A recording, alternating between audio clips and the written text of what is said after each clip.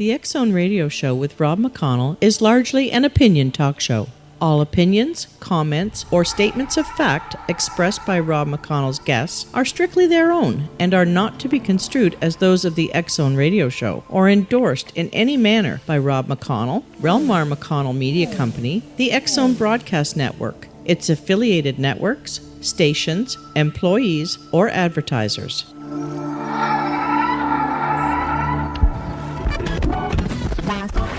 All Hit Radio.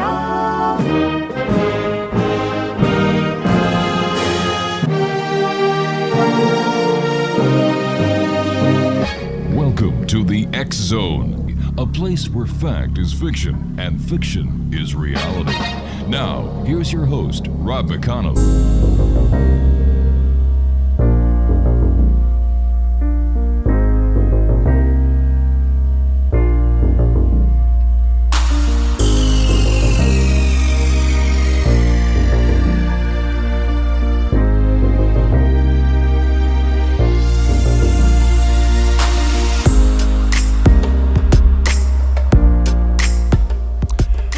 And welcome back, one and all. This is the X Zone. I am Rob McConnell. We're coming to you from our broadcast center and studios in Niagara, Ontario, Canada. If you'd like to send me an email, xzone at xzoneradiotv.com, on all social media sites, Xzone Radio TV. And for all the programming we have available for you 24/7, 365 on the X Zone Broadcast Network, visit www.xzbn.net. And for the X Zone TV channel on SimulTV, visit simultv.com. And in the search engine at the top of the page, just type in X Zone. My guest this hour, X Zone Nation, is Dr. DIANE POMERANCE. And she is a best-selling author, speaker, pet expert, and grief counselor. Dr. DIANE received her PhD in mass media communications from the University of Michigan, Ann Arbor. She received her MA in theater and BA in history and speech with a secondary teaching certification. She has also been certified as a grief recovery specialist by the internationally recognized Grief Recovery Institute. Dr. Pomerance counsels those grieving from any loss.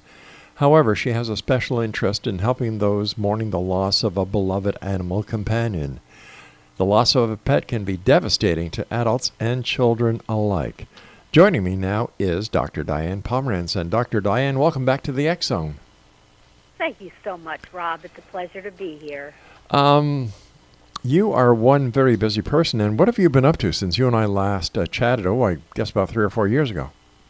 Yes, no good. Absolutely no good. Actually, I have been so blessed and privileged to work as a grief counselor. Mm-hmm. And I have written a best-selling book called Catherine, A Woman of Vision. Catherine was my mentor, and I met her in Los Angeles in the 70s. Mm-hmm. And aside from all that, I've been lecturing and have a special methodology in terms of grief recovery, which ties in beautifully with what Catherine taught, which was that there is no death. As a grief counselor, when it comes to little companions, or as my wife calls them, our little fur babies, yep. Do people really understand that the loss of a pet is just as significant and mind-boggling as the loss of a human? It is, and people who love animals recognize that instantly. They know that their cat, dog, horse, whatever, is a family member. That's right. And a dearly beloved family member who is non-judgmental and unconditionally loving.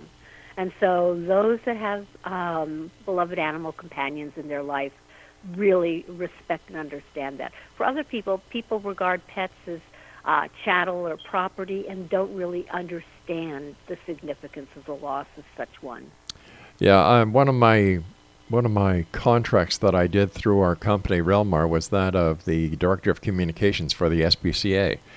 And I will tell you something, that the work that the people do, the volunteers do at the SPCA, when it comes to people who have lost an animal companion because they don't know where else to go. And thank goodness for the people at the SPCA who are able to help them either do some counseling themselves or refer them to the right person. And, it's a loss. And these losses that many people who are animal lovers and who, like Laura and I, our little fur babies are part of our family. And Exactly. I find it very hard to even think of a day when we're going to lose, all three, any one of the three. So what we do is we make each and every day that they're with us as special as we can. Yep. It's quality of life. Yeah. And, I personally have rescued over 48 dogs, and I have Wow. a book called Our Rescue Dog Family Album, Mm-hmm. which profiles the backstory of each of the dogs that I've adopted. And some have been hoarded, but they've all been traumatized in one way or another or abused. Yeah. And each has such a profound gift, so many profound lessons that they teach us, and I view them as angels. And of course, we all know the Yep. phrase, the idea that dogs spelled backwards is God. Right. And indeed, they are unconditionally loving and loyal and non-judgmental, which for so many people is a lifeline to a greater being, a greater presence in their lives. So, yeah, I started the pet grief counseling program for the SPCA of Texas over 20 years ago now. My goodness. And, yeah, it's amazing. And we talk to people from all over the world, Mm-hmm. from New Zealand to South Africa, Europe, etc. And ours is a one-of-a-kind program, and we offer free to the public counseling. Right. We're all grief counselors that are volunteers, basically, and have recognized the need to help others. For so many people, it's an issue of embarrassment or shame to talk about the loss of a pet. It's only the loss of a dog or a cat. Yeah. But, again, these are family members for so many. And I work a lot with the elderly population over the past couple of years as a grief counselor. And, of course, as you age, grief is a major issue. And grief incorporates so many different kinds of grief, whether you have physical loss, emotional loss, loss of a husband, a spouse, or a wife, loss of a child, loss of a sibling, financial loss, professional loss, etc.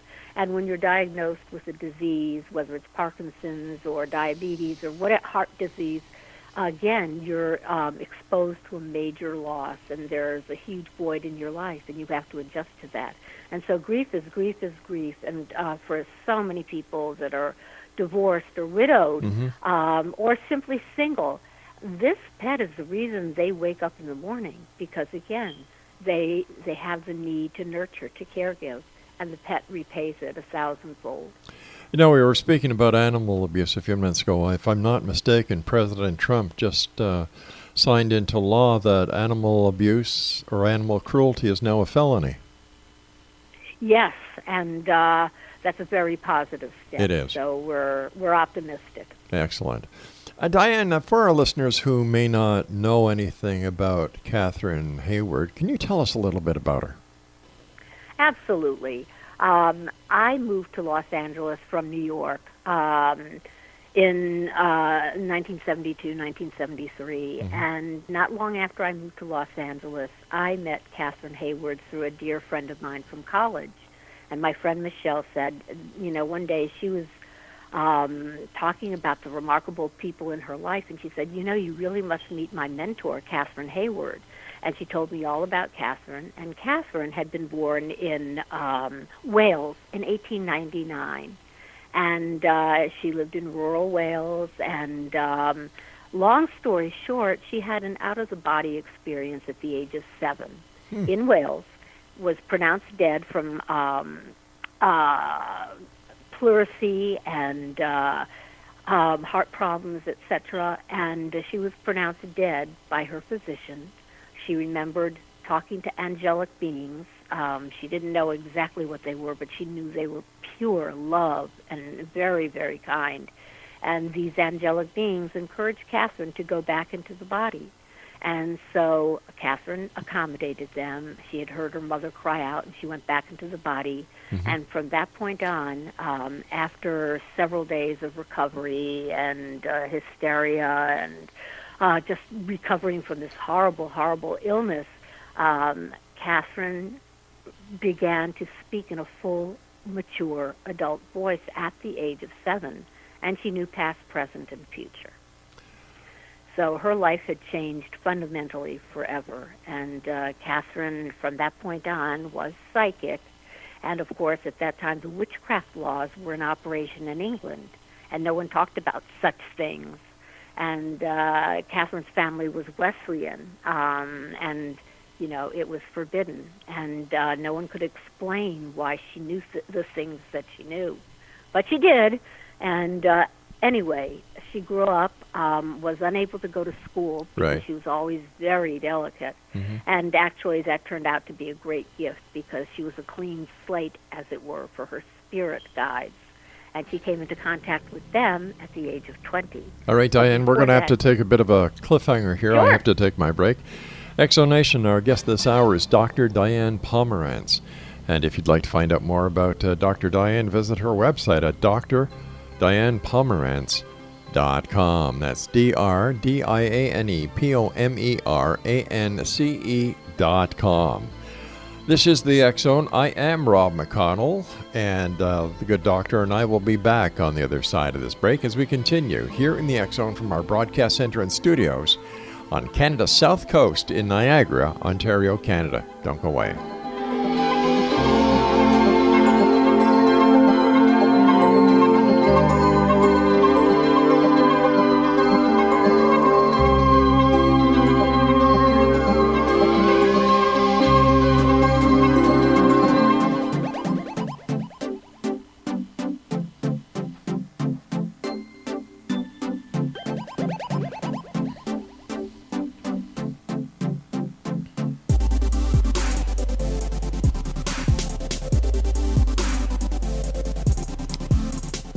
And welcome back. Dr. Diane Pomerance is our special guest this hour. She is a best-selling author, speaker, pet expert, and grief counselor. Now, Dr. Pomerance is the author of 9 books, 7 of which are nonfiction about animals and their purposefulness and significance. The Animal Companion series provides information about all facets of the human-pet bond, including the loss of beloved pets, caring for our aging pets, animal companions as our friends, teachers, guides, and family members, the interconnectedness and interdependence of all living creatures, adopting the perfect pet for you, the healing and other gifts they bring to you. Her most recent book about animals is Our Rescue Dog Family Album. It chronicles the stories of many abused dogs she has rescued and adopted, 48 during the past 3 decades. Once again, her website is drdianepomerance.com. Diane, how has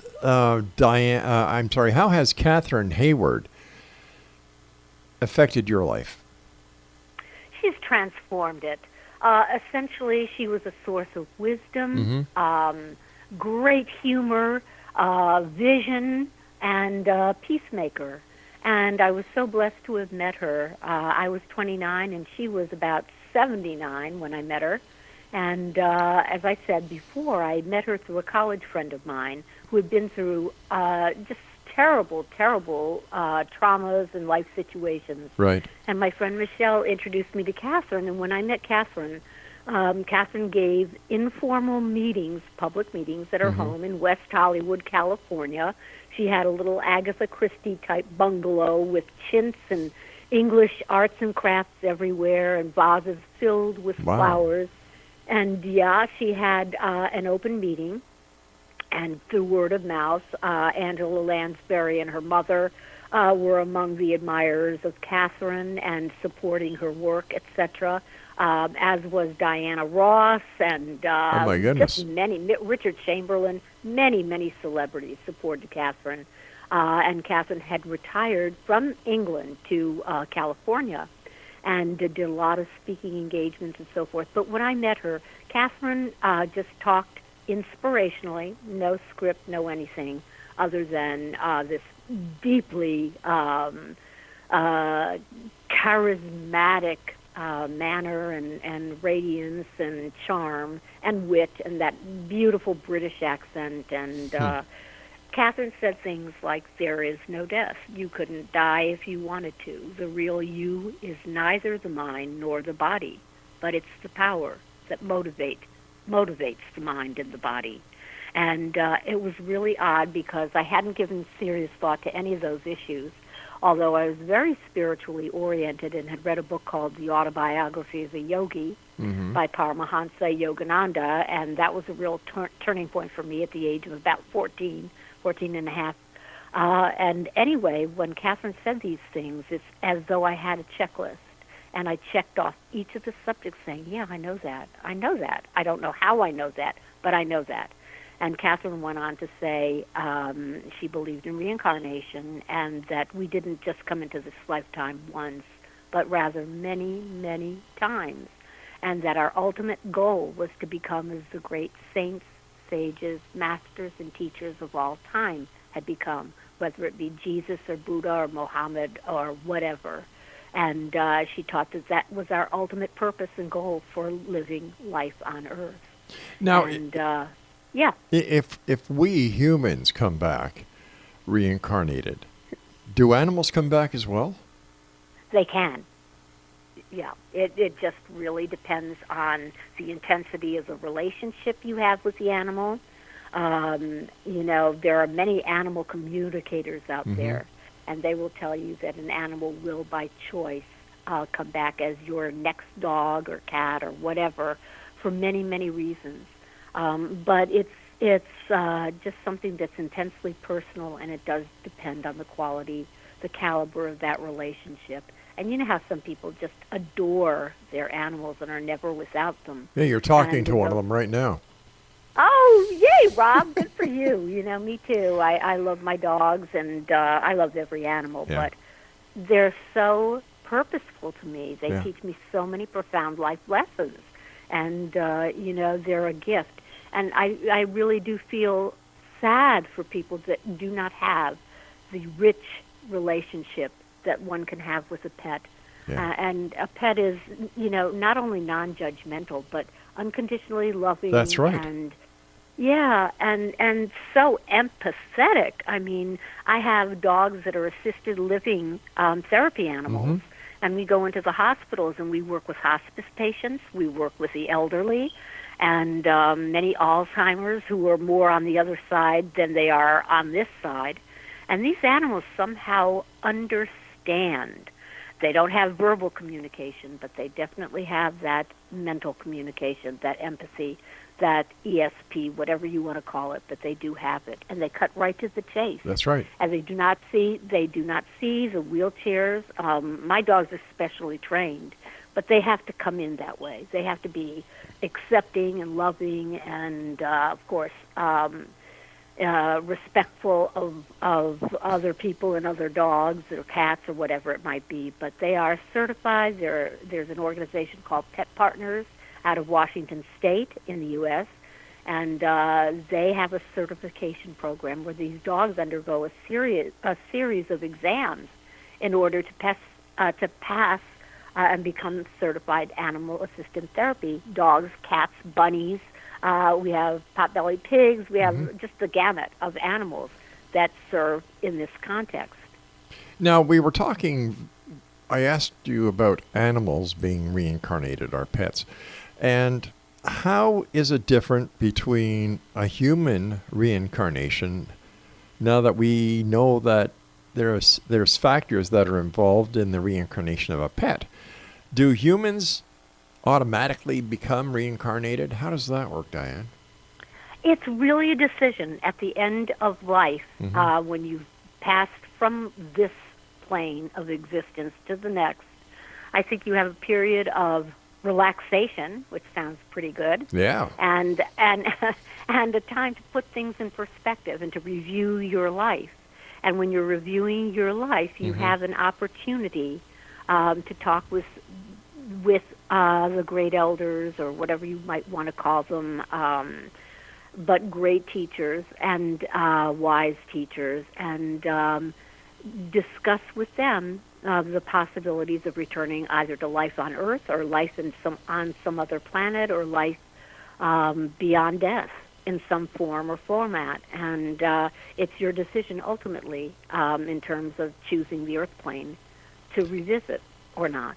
So why is it then, Diane, if life continues, and as Catherine Hayward said, there is no death, why is it such a taboo subject in the largest parts of society? Well, it is and it isn't. It depends on which society you're discussing. Mm-hmm. Many societies embrace death.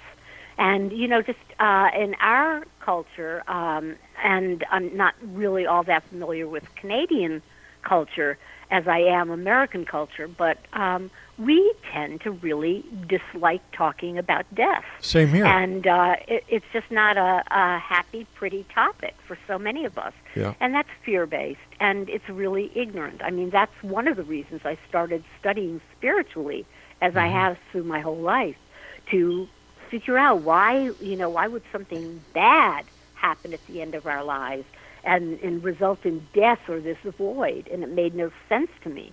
So when I read Autobiography of a Yogi, which also proposes and accepts reincarnation, and meeting Catherine, and she talked about reincarnation and that it didn't make any sense for us to be a paraplegic or a quadriplegic or to come in with, babies with AIDS, etc. Right. It didn't make any sense whatsoever. And for some of us to come in as children and be prodigies, whether it be Beethoven or whoever, and just know music and to be able to display that gift, it's the result of many lifetimes of work. And throughout each successive lifetime, we build on different skills and lessons that we need to learn.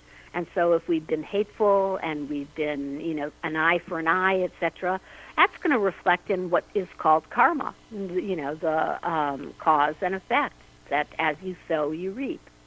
So I understand the principles behind it, but something that has always confused me about the karmic experience, the reincarnation, the learning, is that with all the learning that is going on based on the number of people who have come and gone from this plane, how come we're still a war-driven world, war-driven society?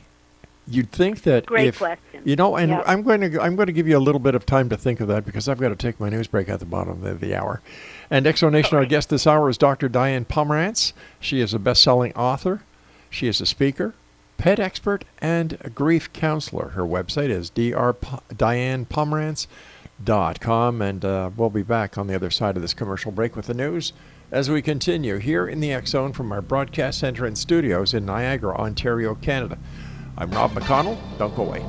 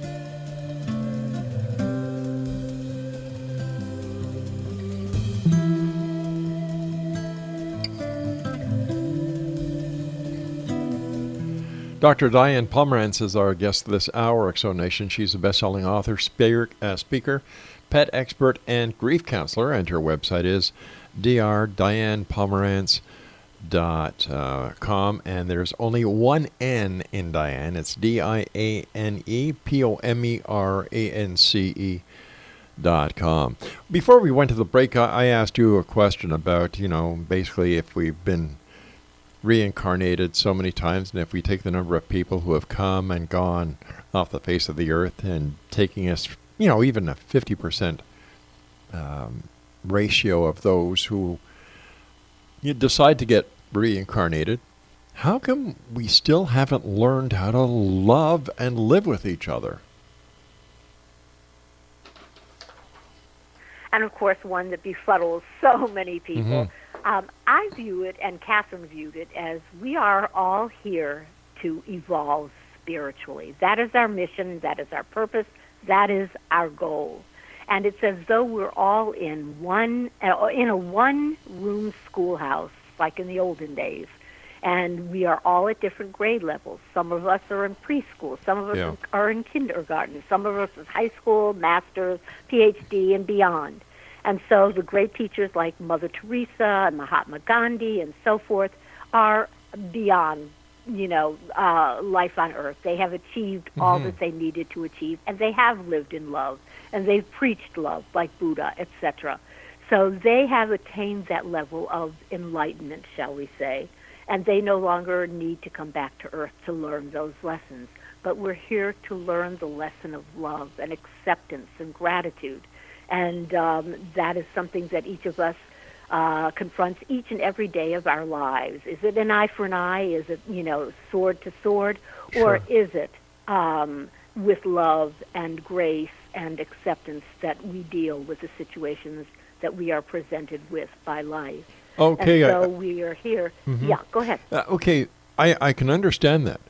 But good. would it not be easier with all the experiences that have been accumulated ever since the beginning of time on this planet and other planets and other dimensions and other planes, other realities, that instead of putting ourselves through the trials and the tribulations of life, the love, the losses, the grieving, the happiness, would it not be, especially since we're spirits, would it not be advantageous for there to be a better way to learn instead of having to spend time after time after time after time reincarnating, going through the same process? Well, again, the concept of time.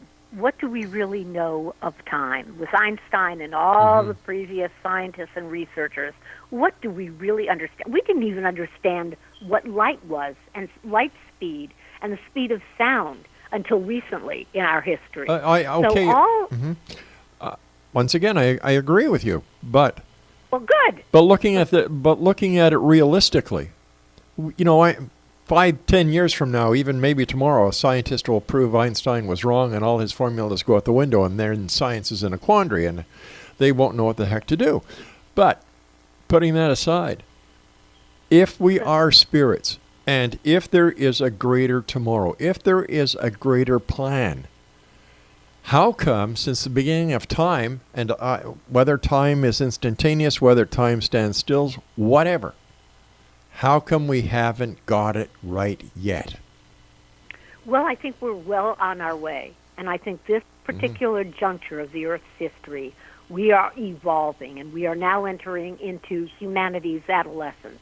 And thus we're seeing the crumbling of all these institutions, whether they be religious institutions, i.e. the Catholic Church, and on, and the evangelical movement and all of that. We're seeing that, and we're seeing the crumbling of economic institutions. We're seeing the crumbling of so much that we held dear and regarded as sacred, including monuments.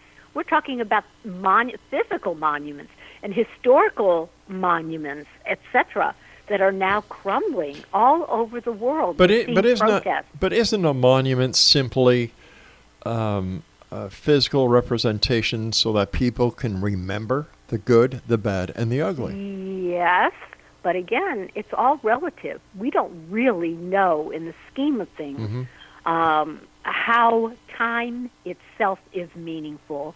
And there can be, time as we think of it, as we measure it, is not necessarily the way time works. You're so right. But taking the other side of the story, what happens if spiritualism isn't really what people are telling us it is? What happens that if spiritualism, the spirituality, the reincarnation, and everything that we've been talking about for the first half hour of this interview is fiction? And if it were fiction, Mm-hmm. we wouldn't know. Who are we, with our limited perceptions, to understand what fiction, the difference between fact and fiction, as you say, in terms of your show? Yes. We don't know. No. And we're no judge of what is fact or fiction. We're humble beings living on a planet. We're given lesson after lesson after lesson. And I think that's another aspect of that one-room schoolhouse, where you do not graduate from elementary school without passing all your tests and going through all the grades. There are no skipped grades. Once again, I agree with you, and I understand where you're getting. But if we're talking about, the crumbling of religious institutions, the crumbling of financial institutions, if we are progressing based on the belief of spirituality, what happens if spirituality itself is the cause of the crumbling because it is an adverse force to what people believe? Well, again, what's adverse to you is not necessarily adverse to our soul's journey. And so we, in our minds, may interpret something as real or not real, but it's, again, our soul's journey. And if you accept the tenets of the major religions, the little kernels of truth that underlie all the nonsense and ritual and propaganda, etc. But what's wrong with ritual? What's wrong with religion? It's not about religion. I'm a Christian. I go to church on Sunday. I take communion. Well, you're a good boy. My children are baptized. My grandchildren are baptized. We celebrate Christmas, Easter, Palm Sunday. So what's wrong with that? Nothing's wrong with that. Absolutely nothing's wrong with that. That is our perception of spirituality. That is our perception of the soul. Well, you're confusing ritual with spirituality. And spirit comes from the heart and soul. And I think, in terms of Buddha, it's love, compassion, kindness that are the real aspects of religion, to live with respect for all forms of life. And I think that's ultimately what we're here to discover. And through our wars and mayhem and whatever we're enduring at the present time, and this is the crumbling of so many systems of government. Look at England with Brexit and us and the whole Trump era, etc. We're really experiencing crumbling. I can't see how you say it's crumbling. I see a stronger economy. I see less unemployment. I see. Look beyond. No, hold on here. As far as Brexit, England is getting back to where it was. That's not crumbling. That's standing up and saying, "Hey." Do we really know that it's getting back to where it was? Do we really know that it's crumbling? Well, it is in terms of what it's been, of its history, of its past. In order to get better, and the royal family is crumbling. I don't see it, Diane. You and I are looking at the same thing in two different lights. I see the strength of the British people saying enough of the European Union. We don't need it. We got along with it for so long. Why shouldn't we stand back up on our own 2 feet? Hey, listen. No, the royal family isn't the first royal family to have problems, and they've circumvented all the problems, and it's made them stronger. And ultimately, what I'm saying is all of these episodes that are taking place in our time, whether they seem to be fracturing and falling apart, it's cause for us to reassess, to re-examine our values and what are our core values. And if to live in the world of love and respect and humanity and humaneness, we're evolving in that direction. And that's what's happening through the crumbling of these so-called institutions. That's what's happening. And as we evolve we're seeing things with a different perspective. That's what I'm saying. And with this different perspective, we're seeing that we really need to, we are one planet, one people. And all this divisiveness, you know, we're as you mentioned about my books about animals, etc., that we're all interdependent and interconnected. And you cannot hurt another without hurting yourself.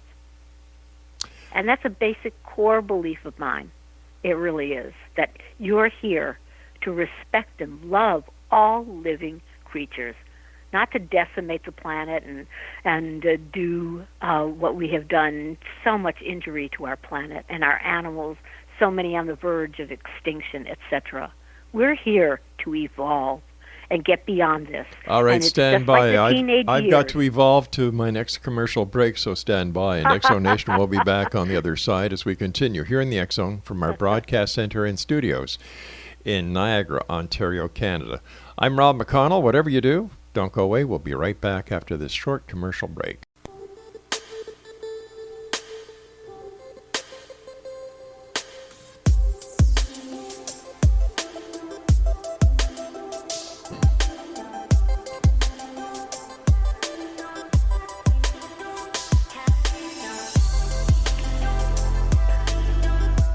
All right, here's a little bit of a riddle for you, X Zone Nation. How many people does it take to produce a radio show?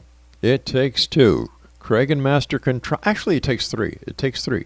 You've got Craig and Master Control. You've got me over here. And tonight we have a very, very patient guest who was with us during a little bit of a hiccup we had.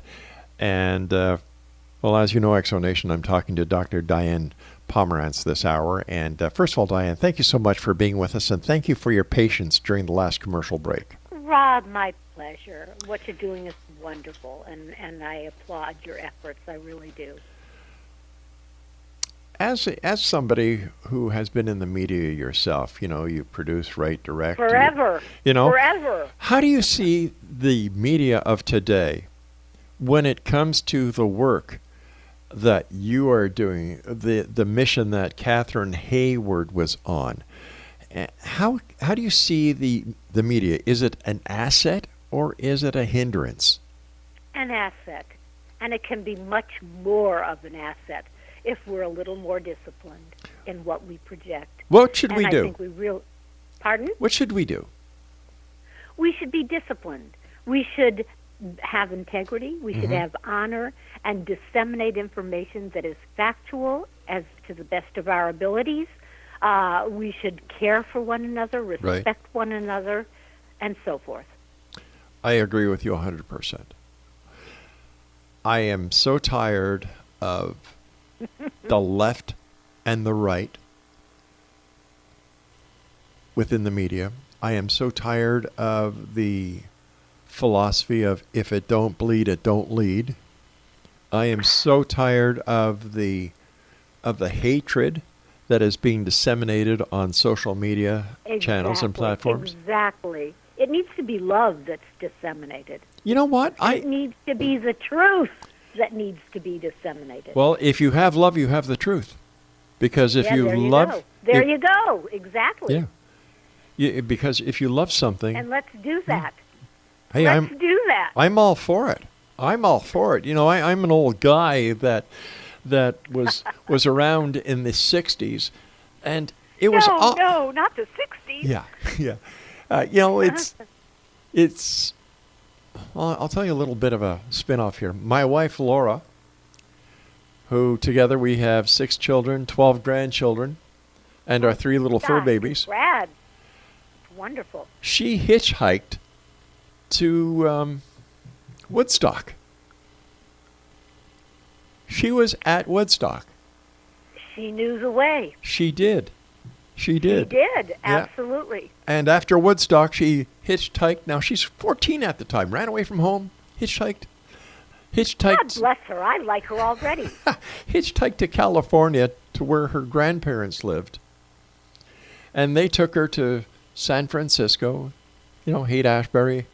Oh, absolutely. I remember. Well, I was at the University of Michigan in Ann Arbor. Man. We had strikes and protests every day. It was like Berkeley. But see, and what was going on back there, as I see it, Diane, is the hippies. Revolution. That's right. Revolution. That's what we're going through Yeah. now. Very similar. Growth pains. Growth pains is an understatement, because what the hippies were doing is they were saying, make love, not war. War. Absolutely. You know, and the Beatles, all you need is love. Oh, I know. Those were the days. How come we didn't listen? How come we didn't learn? We are listening, and there are many of us who are listening, and there are many of us who are acting upon that philosophy. And the Beatles have left a giant legacy, God only knows. And we, again, we're all at different grade levels. Right. And those of us that comprehend, what the Beatles were espousing, and all these other, Don McLean, Bye Bye, Miss American Pie, et cetera, et cetera. We understood, and we're still grappling with all of that and trying to make change. And we are creating change. That's why Brexit. That's why the U.S. That's why democracies and Hong Kong and everything that's going on in the world today is taking place. We are after the truth. And this is another facet of that search for the truth. You and I talk about animals. Yes, we do. We love them. And when Yes, I look at some of these artist renditions of the animal kingdom, they always have humans at the top. And I have always thought that is so wrong. No. That is so wrong. They should be at the bottom. We are interconnected and interdependent. And no, we are not superior. That all came about with the dominion over animals. Yeah. No, dominion means guardianship, stewardship. Yep. We are not better than, and we love to be arrogant and hold ourselves superior. But we are not. And I think that this is where the message that you're getting across is becoming very clear, is that, number one, get rid of the arrogance. Number two, get rid of any divisions.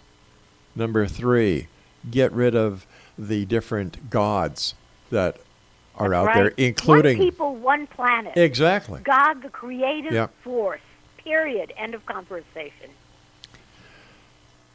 I believe in tomorrow.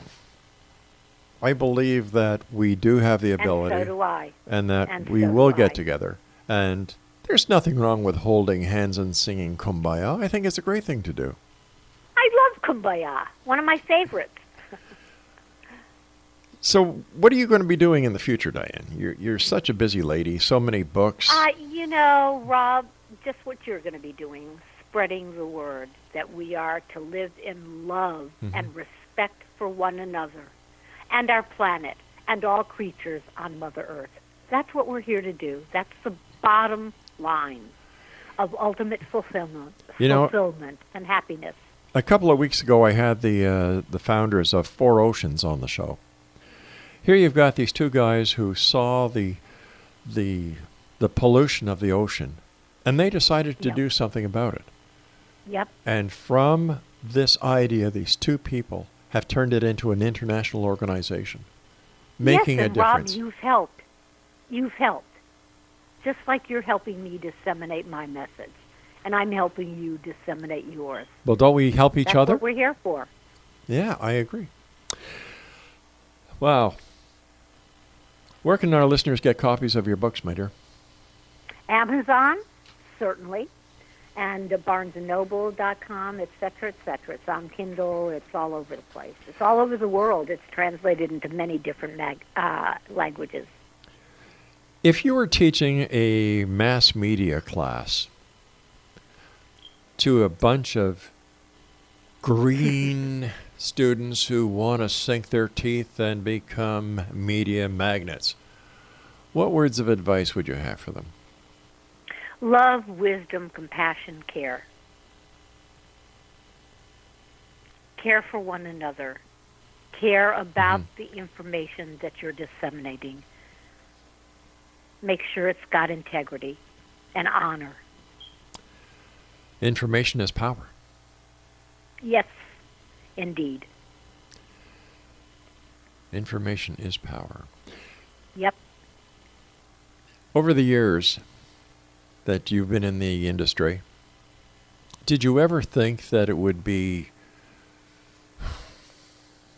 so powerful that all this information that is being broadcast to us, either by radio, television, newspaper, the internet, Wi-Fi, cell phones, did you ever think that all this information would be accessible the way it is? I don't think so, but I knew that as far as radio and television, film especially, was a propaganda medium. You could, throughout World War I and the other wars that we've been involved in, that you could convey a message of peace and to stop the war and to, yearn for love and peace and a planet of peace. So I think I didn't know all the various aspects that would arise in terms of communication channels, but I knew that film was very powerful, and that sitting in a darkened auditorium and watching the large screen with figures larger than life were profoundly affecting and emotional, and were great examples of what we could be, what we could aspire to be. Diane, you and I have to say so long for tonight. I do want to thank you so much for joining us. And once again, thank you. Let our listeners know what your website is. It's drdianepomerance.com. Diane, this song that we're taking out is just for you. It's by Josh Groban. It's called Let There Be Peace on Earth. I'll be back on the other side of this break. Oh, I love that song. Don't go That away. was Catherine's song. Let there be peace on earth, and let it begin with me. Let there be peace on earth, the peace that was meant to be, with God as our Father, brothers all are we. Let me walk with my brother in perfect harmony. All right, Exonation, I'll be back on the other side of this commercial break at 6.5 minutes past the top of the hour as we continue here in the X Zone from our broadcast center and studios in Niagara, Ontario, Canada. Don't forget, visit Dr. Pomerance's website at drdianepomerance.com. Don't go away. Enjoy the rest of the song. Let this be my song.